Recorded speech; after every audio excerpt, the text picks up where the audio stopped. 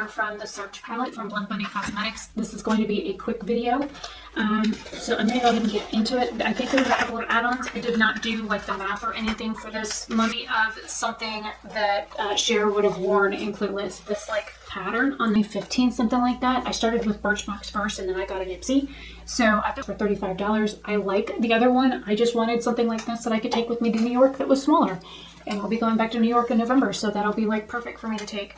The next little thing is Cica Herb Restore and Squeeze Green Watery. These are, let's see my what's next or what's in my bed or what's by my bed or something like that, or my hand lotion obsession.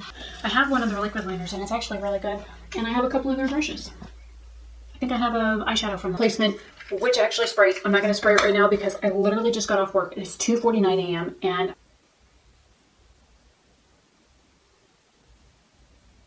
and then do another brow with another color, and then I'm gonna have to like try and figure out how